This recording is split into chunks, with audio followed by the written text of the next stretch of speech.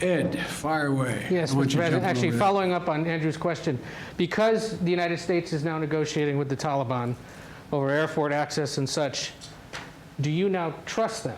And then a question on the public response. A new poll out today shows Americans wanted to withdraw from Afghanistan, but they disapprove of the way you've handled it. Poll also found that based in part on what's transpired in the last week, a majority of Americans, and forgive me, I'm just the messenger, no longer consider you to be competent, focused, or effective in the job. I haven't seen that poll. It's out there from CBS this morning. What would you say to those Americans who no longer believe that you come up to the job? I had a basic decision to make.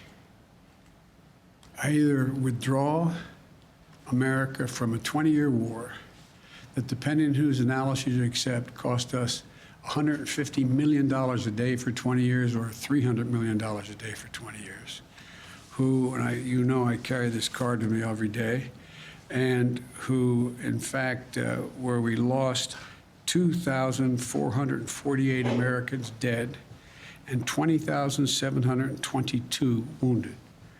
Either increase the number of forces we keep there and keep that going, or I end the war.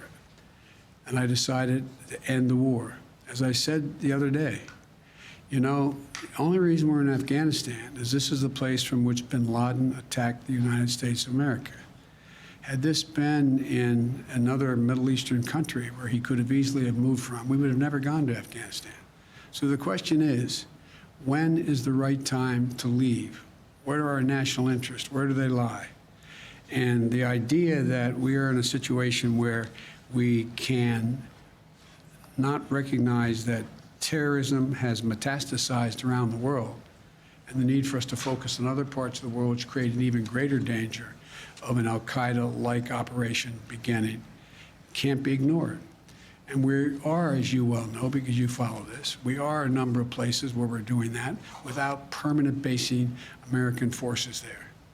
So I think when this is over, the American people have a clear understanding of what I did, why we did it, and but look, that's the job.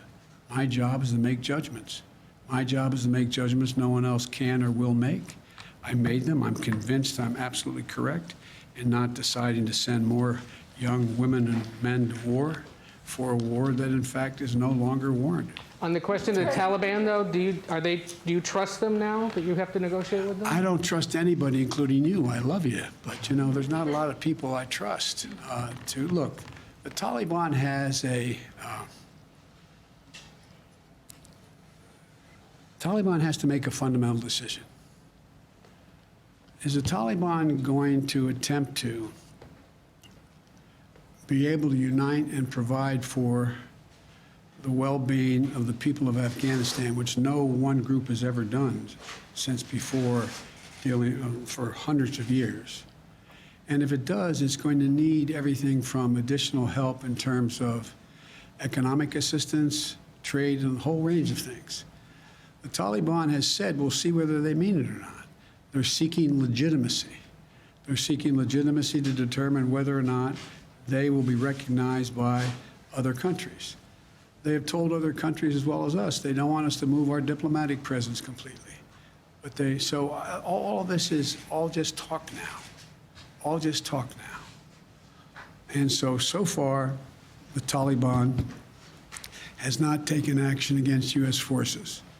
So far, they have, by and large, followed through on what they said in terms of allowing Americans to pass through and the like. And I'm sure they don't control all of their forces. It's a ragtag force. And so we'll see.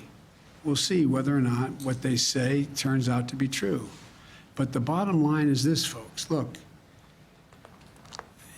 at the end of the day, if we didn't leave Afghanistan now, when do we leave?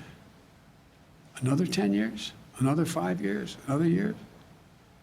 I'm not about to send your son or your daughter to fight in Afghanistan.